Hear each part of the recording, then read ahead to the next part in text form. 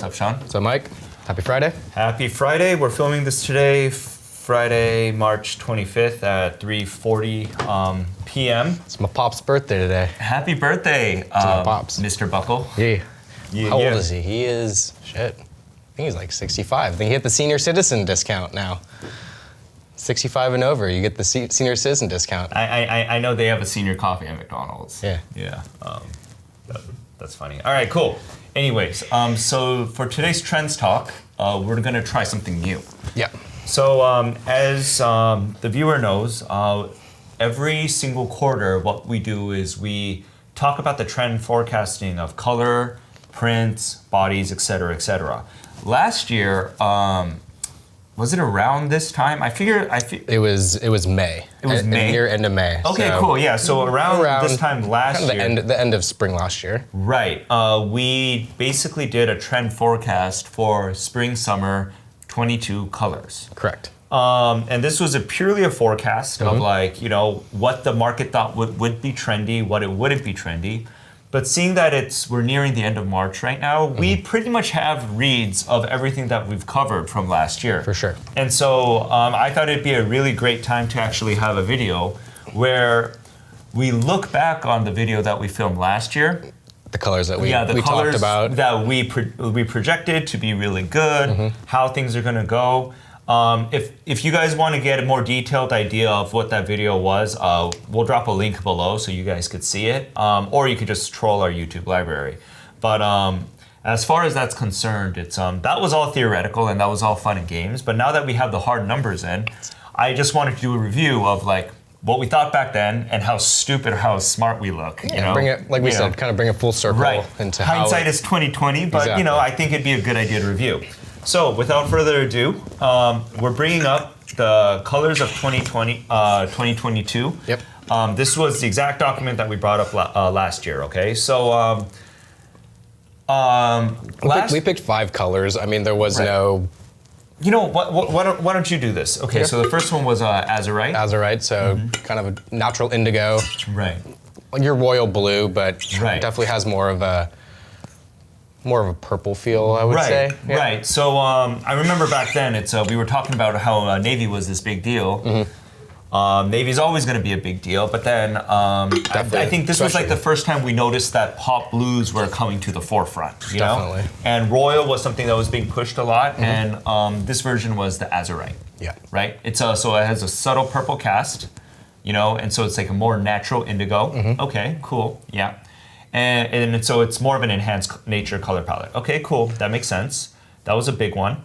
All right. Another big one was clay. Yep, which is kind of clay, sand, really into those natural earth tones, really getting into, so. Yeah. Kind of has a pink hue to it, but. Yeah, I'm kind of remembering this now. So this was a big color. Like I remember last year when you actually presented this, I was like, okay, well I guess we're going to be doing a lot of sand going forward. Yep. This was a brand new color that came out in these projections, and it hit like this is the start of it basically. Yeah. Like nobody was talking about sand last year. Now it's a really big thing this year. It's literally the rave talk about. Right. It's literally a key word in I think all over in young men's and in men's discussions. Right. Everyone's looking for crazy. tan right now. Yep. So okay, that's cool. Ginger biscuit. I mean, definitely is more of a fall color, Right. But So as you can see, we did talk about that in our 2021 autumn winter review. But then it was also kind of a transition color where it was going from winter back into spring. So this was a big thing that I remember. This was the part that we were looking at, thinking this is really interesting too, because typically for us, spring and summer and like fall and holidays, the color palettes are super stark. Yeah. Historically, for the men's industry in general, like pre-pandemic, there was a very, very clear-cut spring-summer color palette and a clear-cut fall-winter color palette. This ginger biscuit color, this was traditionally fall. And I remember when we were presenting this to the other sales team, to the buyers, we've got a lot of pushback. That's a fall. Claudia was like, no, we can't do this shit. it's too fall. Designers were calling it russet. Right. Yeah, it was this whole big potato. thing. It was kind of, they were kind of making a parody of it. It was a weird thing. Yeah. We'll get back to this, but then I just want to, refresh the viewers that, so last year was like the first forecasting where we're starting to see the fall color starting to trickle into spring and summer too, okay? As you can see here. Oh, let's get back to this picture. Yep. You're gonna, you know why. So yeah. And then last but not least was seaweed green. Yeah, I still fucking hate this color, man. I look at it a year later, I still hate this color. We're gonna get back to this too, but it's like, I mean, would you guys wear this color? Look at this color. It's like, no. It's ridiculous. But we'll get to this as well. What did you write about this? So, uniform green. Versatile. This is not versatile. No. Again, I think it's definitely more of an accent pop tone. Right. But yeah, right. And then, we put it in our line, and we'll get to that. We'll get to that. Yeah, we won't spoil it. Yeah, right. So I mean, I just want to do a brief review here. Yeah, butter, a soft yellow. Okay, cool. Yeah, it's a soft yellow. Cream color, yellow, pastel yellow. Pastel basically. yellow. And then the overall spring color palette, where you kind of see it. Mm-hmm. So the whole gamut. Right. This was pretty much the video. Oh, look at that! You put in a couple BJD colors here. That's real cute. All right. Anyways, so there's this. If you guys want to get a full detailed breakdown of what we thought last year, there's the video below. And then to that, this was basically the palette that our designer Debbie put together. As you can see here, we got some semblance of a tan here. A lot of natural tones, a lot of olives. We're gonna get to this. There was an oxblood red, which is kind of a burgundy-ish color. Yep. A bright red, some coral. The yellow came in here to the forefront. Yeah. Hazy blue and bronze. This was the kind of fall color palette. Yep. Holy shit, that TV does not show it the right way as this. Look at this. I know, it's a lot darker there. Yo, that's wild. Okay, anyways, so you could kind of see the palette here. This was kind of her brights colors. She had that ridiculous seaweed green in here. She had a couple like pop blues here and there. Mm-hmm. A lot of gold. It's but either way, this was a color, the brights basically. Mm-hmm. I'm shocked that on further review, I'm shocked that we didn't really cover slate during this story or during this presentation. But I mean, we're kind of new to this too because you kind of see the smoke and the trooper and a lot of this. Honestly, in hindsight, we probably should have touched more on the slate color as well. Definitely. In last year's video, of course. But either way, since you are the executive in this group here, and since you got the reads from your buyers about what colors were trending and what wasn't trending, I think now's a good time for you to kind of talk about now. This was this was pretty much what we reviewed. This is a synopsis of the video that we put together last year. Now Sean is going to present to us what colors are actually trending. Okay, let me pull up a Word document real quick because I would like to, not this, home. I like to list out the colors. Okay. So hit me. Yeah, so with my buyers and my counterparts' buyers as well, we kind of sat down and kind of figured out what were like the best selling colors, what were colors that weren't doing so well. Right. So traditionally the whites, the navies, the light blues, those were the colors that did well. Navy, light blue. Light blue.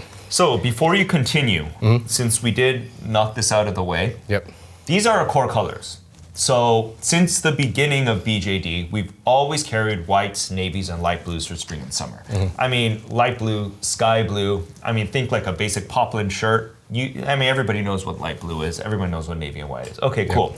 So these continue to be king. Yeah, across all customers, those are king. Cool. And then what's next?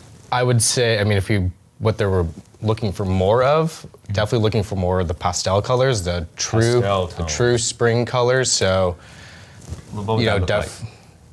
yellows, pinks, light blues, mints. Yo, what do we call this? Fuck this page. What do we call this in the? We'll use the word butter just to say butter. Okay. What else? Mint. Mint. So those of you guys don't know what mint is, let's do a quick look up of mint. Mint color. So something along, like say like these lines right here, like this soft mint color, right? No? Yeah, the TV's give it, that looks more blue, Yeah, but yeah, this looks more definitely, mint. Yeah, like something like this guy. What would you say, like this guy here, this guy here? I'm going more with that guy. Like this that guy mint, here. like a more mint green, not a mint blue, because I think mint can kind of, it's between green and blue. Yo, check this shit out, man. I googled mint color, right? Look at what pops up right here. Pastel. Pastel, right? Okay, because it literally falls in within the pastel color palette. Right. So butter, mint. Anything else? Like a light blue, soft sea, sky works. yeah. Sky works. Okay. What would you say about like the pinks, right? Yeah, I would say like a soft pastel, pink. soft pastel pink. Yeah, like a pastel pink. Okay. Yeah, any bites on lavender? We didn't really do that much. We didn't do any lavender in our. We're doing it in our new line. Yeah, new line. Okay, cool. But so I do think it's important to have a lavender within those pastel tones. It just works all together. So all right, cool. And then anything else? No, I would say the colors that didn't work too well were the hazy blue. So that hazy blue, I think, I don't know, maybe it was just a little too forward for the time. So it's not working. Not doing well. Interesting. Yeah. So the Lagoon Green you're talking about, it's not doing well. Well, again, we don't have any reads on it right now, but I think right now in this season right now, not good. I know one of Jared's counterpart, one of his customers hasn't had success with the hazy blue. Interesting. Okay. So again, I don't. It could be a little too fall. Right. Okay. Well, let's get to that. Okay. Yeah. So what sucked? Okay. So hazy blue / Lagoon Green. Okay. That sucked. Anything else sucked? I mean, for me, honestly, the slate wasn't doing too hot. Slate. Yeah, the slate. Sucked. Okay. And then the hazy orange was another kind of dud. Not a dud, is but hazy orange what? Like, is that like ginger biscuit? Is that what that is? Tangerine, like this kind of color?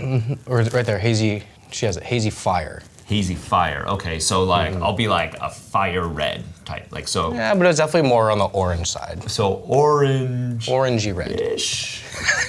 Red. Okay. I love using the ish part. Ish. Yeah. I have a total side tangent. If you want to listen to this, I have a Spotify playlist called House Ish. That's because it's house, and then it has a bunch of other but stuff. Not really. But not really. Anyways, doesn't matter. That's funny. But I love the ish. But yeah, I guess those are kind of, again, I do think they're so out of the norm. So right. So I mean, like, okay, so I want to do this compare and contrast right now, okay? Because like, here's the deal. This is like, I think it's going to be very, very instructive to the consumer with regards to all these like trend conversations that people have all the time. Yeah. At the end of the day, this whole industry, in a sense, this is kind of where like the whole bullshit detector comes in. It's forecasting. It's not like it's a set in stone. Right. You know, and on top of that too, it's I think this is very, very instructive to kind of show people. It's like, you know, when people think of fashion and when they think of clothing, they're always thinking the catwalks, what the latest, coolest people are wearing. What Off-White's doing, what Supreme doing. Right. And high-end fashion. Right. And then you always look at these trend forecasts. And we do a lot of research on these trend forecasts. And the bottom line is all these trend forecasts, like the Royal, I mean, look at this. I mean, we didn't even try the Royal. You know, like, I mean, trust me, like when we say this, like, we did it in Young Men's. Right, but here, we sample up a bunch of these styles and we show these new forecasts and everything. And, you know, I mean, the bottom line is, the reason why you don't see any of these colors in our line right currently with our men's is because this didn't even get past the cutting room. Yeah. You know what I'm saying? It's like, at the end of the day, it's like we do all these samplings and then, you know, you reach out to the buyers. You know, you get to preview the line with them, see what they're going to buy and everything. For sure. The buyers just passed on this color. The buyers passed on Royal. Like, I just think it's too scary for them. It's right, and then you know, it's too risk adverse for them. They're and like, then I don't know if that will sell. Right, and then like, you know, I mean, and then there was like the clay. How is clay doing right now for us? We don't really have any clay, right? Not right. I mean, not going out right now. We have it more in. We have some of it in our summer line, and then most of it's really in our fall line. Right. Yeah. So with regards to clay, we do have some in Young Men's. Right. And I know they're buying that shit up. Yeah. Right. So with regards to clay, like, let's stay tuned for that. Hold our judgment on this color per se. Ginger biscuit. Do you have any reads on this? I know we brought him a lot of pants out on Ginger Biscuit, you know? Like, I mean, the pants sold out. Yeah, the pants did sell, but we don't have any reads on it yet, right? How well it did in the market. What do you think? No, we don't, because right? it hasn't shipped yet. Yeah, so... It's shipping in April, but we've sold it out. Fuck, all right. We do, we do have a little bit of this Ginger Biscuit, this kind of orange in the summer, but again, that's not going to be shipped out till April, May. Exactly. So this is still stay tuned. Yeah. But I will mention this. This is kind of why I wanted to get back to this color palette here. Okay. So when we were covering this Ginger Biscuit for spring, summer. Yep. The one takeaway that I had from this last year, as I remember it, is the fact that, you know what? Some fall colors are starting to trickle into spring and summer. Definitely. You know, people are looking for a little warmer fall colors, even though it is bright out. You know, or that's what the trend forecasters say. A bunch of fucking armchair designers who aren't even working in this industry, who basically sit around at a table and talk about what they know about this business.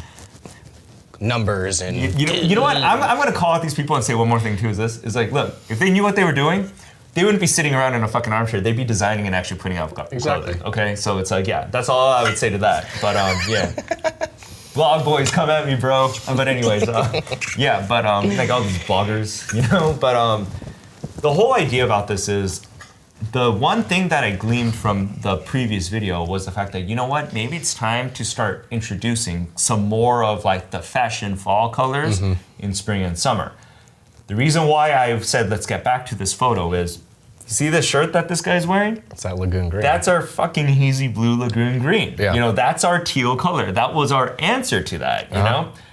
And you see, like, you look at this color here, and then you look at this color here, they look very, very similar. You know, it's our version of it. Yep. You get what I mean? In fact, ours, we made it a little bit more spring friendly, you know, and a little more color. It's a little bit, kind of a little more grayed out. You see this right here?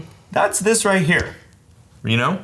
It works well though with the Ginger Biscuit because they're both such saturated colors, and look, that looks beautiful. Yeah. But what's like up? Hazy blue. Right. Yeah. And this is kind of like the instructive thing that like I really wanted to bring up, because it's like, you know, we could forecast all day long. Yeah. The designers shoot their shot and do this. And I'm not saying it's useless. I'll get to my main point towards the end after we do this full review of this. Tell me about this color. It's killing it right now from my buyer. So after all the shit that we talked, you know, how I talked about how fucking ridiculous it was that we have it in our line here. You know, what do you know? It works because it pops. It stands out on the rack, and you know, at these value discount channels. It's a treasure hunt is what it is. And you see a shirt that stands out on the rack, like that's gonna draw your attention. Right. And so, you know, I see why it works. Yeah, so this was the whole deal, is like, I remember, I mean, if you pull up that video, you'll see me. Oh, I know. You were disgusted. You were disgusted. I was talking so much. I was talking so much shit about this color. That's throw. That's nasty. It's like, what? Yeah, but here's the thing. I talked so much shit about this color, and I remember you pulled up this color palette, and I saw the long green, and I was like, oh my god. I think I visibly just like, ugh, like in the video, and I was like, okay, ignore that. Let's just move on, right? It turns out, I think she designed like a couple styles like this. One was like a button-down shirt, the one that you're talking about. Yeah, we dropped one of them. Dude, I know that, but we kept the one, and that one is. Do you want to know why I kept that for the buy? The reason why I kept that for the buy. Test it. No, it's because I looked at our line. I looked at the entirety of our line of what we ended up buying after it. Missing color. It was a lot of navies, a lot of whites, a lot of sky blues. You know, it was a lot of this shit right here, like the core colors. Yeah, it was. She used. I mean, she used soft C in both her palettes. Right. Soft C, white, the moody blue, our navy. You know, it was a lot of navy, white, and light blue, and some reds. You know, a little bit of reds. And I was looking at the line, and I was like, you know what? Like, I don't even care if it doesn't sell. I just need some color in this line. I need this line to pop somehow. For sure. You know, that's why I added that color in, and I added that hazy fire or the orange or whatever the thing that this thing sits next to. I added that in it, and I just bought a small position on it just to liven up the showroom real quick. I thought of it as an investment, you know? For sure. Because I'm all like, look, the sales for this might bomb. And a good test, because we'll never know if we don't execute on it. Right. We don't do it. And yeah, but like my main thing was like, I don't want the buyers to walk into the room and just see a bunch of the core colors because ask, where is the color at? That's boring, you know? And so that's why I threw it in. You managed to get somebody to buy it, and lo and behold, it becomes like the bestseller. Yeah. So it's like, the reason why I'm even bringing this up is to basically show that nobody really knows. No. Nobody knows. There's no crystal 8 ball saying will long green, seaweed green be a top seller. And then on top of that too, it's like it's speculation and whether or not you want to take the plunge. Right. And then you look at this photo and you're like, okay, that makes sense. Yeah. But lo and behold, this shit bombs, but this shit works. You know, it's kind of a crapshoot. You get what I'm saying? So it's like, that's why I feel like it's like this projection thing. It's tough. It's tough, you know, and it's yeah. There's no rhyme or reason to it either. Right. It's whether or not you go for it. Yeah, but now let's talk butter. Let's talk pastels. Okay. This color, this butter, or for what we use in ours, the pale yellow. Right. It was kind of a dud. It was a dud. It was a dud. Yeah. It was a dud. But you just told me right now that the pastel tones work really well. They are looking for more pastels. Okay, but the yellow itself. The yellow itself, I just think our yellow was just a little too grayed out and dulled out. Where they need that pop pastel, like that true. So the color was too dead. It was too dead. Yeah. Interesting. Yeah. Okay. And again, I don't know if it was a print either, because it was an AOP print on it. So I don't know if it was just the print. That probably was it, but yeah, I mean it needs to be more of that true pastel yellow rather than. Right. I mean, this butter kind of does it, but again, I don't really consider that a pastel because it is a little bit muted. It was a little too muted. Yeah. Okay, cool. Yeah, so, I think this is actually a good segue. Let's veer off course from our schedule real quick because I think this is a great segue for this. I want to talk about these right here, the natural colors. For sure. The tans, the olives, the surplus colors. Yep. The outdoorsy colors. What a lot of the viewers, those who are listening, when you see this palette that I'm highlighting over right now, these seem very well wearable. These seem very, very sellable. Yep. Slate's included in this, right? You're telling me it bombed. It's not good. Again, it could be because of the print as well. Right. And it could be a number of reasons. And so, why do you think it didn't do well? I do think it's the print because both of the pale yellow and the slate, the feedback we've gotten is because of the print. I think the print is it's too big. I don't think it was the color. Interesting. Okay. I just think that the print trumped the color of it. Again, if it was an MB Essential and it was the slate, I think it'd be different. If it was in our supply, interesting. Okay, it'd be different. But I think, again, there's a lot of different elements within just saying it's just the color it didn't work. I don't think so. There's different facets with it. So interesting. Okay, I got a different take. Okay, I got a different take for this. So those of you who don't know about BJD and basically the account that Sean manages along with his counterpart is right now Sean and Jared, they're in charge of the men's off-price market. And the off-price market currently right now is a huge portion of the business that we do out of BJD. Let's define the off-price market. It's the Bells, it's the Burlingtons, it's the TJ Maxxes, and it's the Rosses of the world. That's a big chunk of our business here, and that's basically their opinion to us matters more than just about any other buyer out there. For sure. Any other store out there. I guess the store is a better way of saying it. Now, if you've ever shopped at the off-price market, I'm assuming a vast majority of our listeners has walked into a TJ Maxx or a Ross or a Burlington at some point in their lives. If they haven't, my God, what are you guys doing listening to this? You guys are ballers, It's like, God, you guys find one of these other high fashion, but for the most part, a vast majority of Americans, they've walked into these stores at one point or another to buy something because, frankly, right nowadays, it's really the only affordable place to shop. Yeah, money's tight. When you really think about it, it's like, if you ever walk into these stores, you kind of touched on it a little bit earlier, but we kind of glossed over it. It's like a treasure hunt. Yeah. What you see are racks and racks of clothing from all sorts of assorted brands. You know, sure. every so often you'll fish a Levi's there. Every so often you'll fish like dude, I've seen a Vince shirt there once. Oh yeah, I mean they buy those Right. off price from them, Right. so you can find some Right. a dime in a dozen. There's like American Eagle jeans and stuff like that. Right, I get right. it, but So- it's a treasure hunt. It's basically a treasure hunt. There's a bunch of product on the floor. My theory for the dustier, more muted, more contemporary, more Buck Mason looking, more supply looking, you know, this really, really sophisticated color tones. Yep. My theory as to why it doesn't work in the off-price market is simply because it's when you're overloaded with product, Yeah.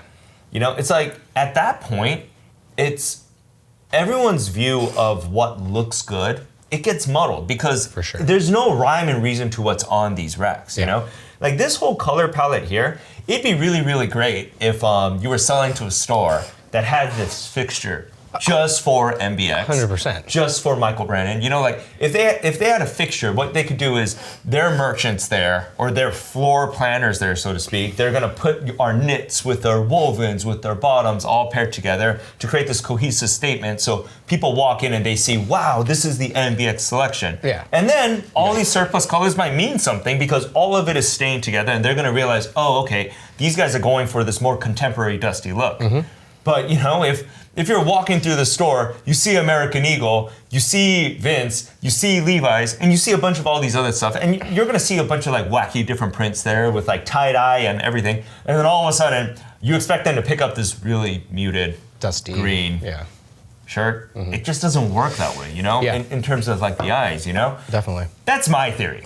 And I agree with your theory Yeah, too. that's kind of what I'm thinking, When you know? you go Like- through the rack and you see all these pop and all this really saturated colors and they look nice, those dustier, muted, they kind of It looks meh. It does. It's It really does. meh, It does you meh. know? Yeah. And it's very instructive that our bottoms, our olive bottoms, they kill. Yeah. They kill. But at the same time, when you go to the bottom section, it's a lot of blacks and a lot of blues. For sure. So an olive really pops and there. then in khaki, you're Right. again. In bottoms, the color choice palette is very limited, whereas tops is Right. So Go crazy. Yeah, you throw an olive in there, all of a sudden it's like, whoa, they're going really out there with that olive, you know? Whereas like, you know, it's like an olive top. pretty standard. Yeah. Standard. Yeah, right. It's pretty plain. Fuck, I lost my thought, but I was gonna bring something else there. However, what that doesn't explain though, and this is a bit of a head scratcher for me, is this. I really feel like this hazy blue color really pops on the rack. You know? That's what I feel. Like, Again, I don't know if it was the print that was on the hazy blue. Yeah, we didn't do a right. lot of the hazy blue. We did it more. I think we only had like 2 or 3 that were the ground color of that, and then she then incorporated the hazy blue as pop colors. Okay, so we never did like a real solid thing. No, Interesting. we are doing it for fall though. Yeah, and you know we are, Rayon. and I think Rayon. we are bringing some of this in for Q2 as well for MB Essentials, right? Or is that coming in Q3 now? That's hitting Q2. Okay, it's hitting Q2. Maybe we'll check it out there. Yeah. You know, maybe we'll see then like how that really looks. But like, I just saw some today. Some of the essentials. yeah, or it could be more simple than that. Consumer fucking hates this color. You know, it could just be that too. You know. And that is a total possibility. Yeah, and you know, Again, and that's why it's always kind of like, you know, it's Crapshoot. yeah, it's a crapshoot. You know, analyzing this shit is really, really difficult. But like, yeah, but just kind of going forward, just to like kind of wrap up even further. The one point I just want to make here is this: is like, this was a very instructive exercise for me too. Like, you know, as the new owner of the company, is, you know, these trend talks. Honestly, this should just account for like 20% of our buy. You know, like I think this year I allocated around like 40%. I think 40% is just too much for newer colors, and I'll explain why. You know these pastel tones? Yep. I mean, not the butter apparently. Is how do you strike through this? You know what? I'm gonna do this real quick. highlight it in red. No, I'm gonna go. No, I'm not gonna. I'm gonna go. Double that shit up. Again, I think it was more of the print that was it for the yellow, but I mean, we'll see next year. We'll see. You know, we'll keep bringing it up. Yeah. Yeah, I mean, we're gonna keep trying, you know, clearly, but like, you know, the reason why I think these pastel tones like work year in, year out, is I just realized this, is a vast majority of what we ship in Q1, the buyers are buying for Easter. Yeah. You know? Easter, Father's Day, those family events where... The one thing where I really fucked up when we were buying for Q1 is the fact that these holidays are major shopping opportunities for men. Men traditionally do not shop. Yep. But if there is an event that requires a specific color palette, especially like pastels, guys don't fucking wear pastels, man. Like, let's be real. Like, guys will never wear it. I mean, maybe they'll put on the sky blue Oxford or something like that because when they're dressing the whole business casual thing, you know, maybe there'll be some sky blue Oxford. So like mints and like all of this, it's like, these aren't colors that like guys are like looking to wear most of the time. On a daily basis. Yeah, no, right, no. on everyday thing. But the whole idea of like retail in general is like Easter Sunday, like the week of Easter, where it's just like you're dressing up for very Easter specific events, whether it's church or whether it's some gathering. You know, that's a huge shopping opportunity for men because men have that checked off in their calendar and they're gonna look at that shit and be like, what am I gonna wear to that? I can't wear my surplus green like utility shirt to Easter Sunday. I'm not wearing my dark navy button up. No. Right. They're not gonna wear black, you know? So it's like, what do you wear there?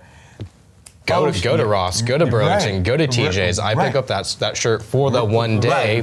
But that's a huge shopping opportunity. A big majority of those men do it. Yeah, and that's the thing, is like, I totally miss that. And I feel really stupid for that in hindsight, but that's a really big thing, you know? And so the 40% that I set aside for color, besides like the neutral color tones and everything, a big portion of that 40%, it needs to go to holidays. It needs to go to these highlighting events where the retail stores are actually planning strategically to pack their stores with items for those specific events. And we got to capitalize on that going forward. Yeah, I mean, you know? So, one of our guys is an ex-buyer, and he knows that literally they have pools of buckets to make sure they are covered for those events, those holidays. Right. And so going forward too, it's just, I think that's something that we need to plan out a little bit better. And just like the main takeaway from this is like, you know, all of this, we should look at this. We should always try to include a couple pieces of this in our line because, like you said, we don't know what the next fucking seaweed green's gonna be. You know, we gotta keep an open mind about that. But at the same time too, it's like, if we know why guys are coming into the stores, we need to cater to that as well. For sure. Fuck the trends for a second. It's just, what are they there for? Once you could kind of hack that, the rest of this is just bonus. This should be like 15 to 20% of what we buy. The balance should be targeted more specifically. So that's just the point that I wanted to make. Do you have any other things you want to add on to this that I missed? No, I think we covered it. I think, again, like we both said, that, you know, we kind of missed our pastel mark for this year, but we know going forward that that's a big part of the business that we need to do, and we are doing that. So that needs to exist. So. Absolutely. So the winner of this year is seaweed green. I told you so. Anyways, have a good one. You too. Catch you later. Peace.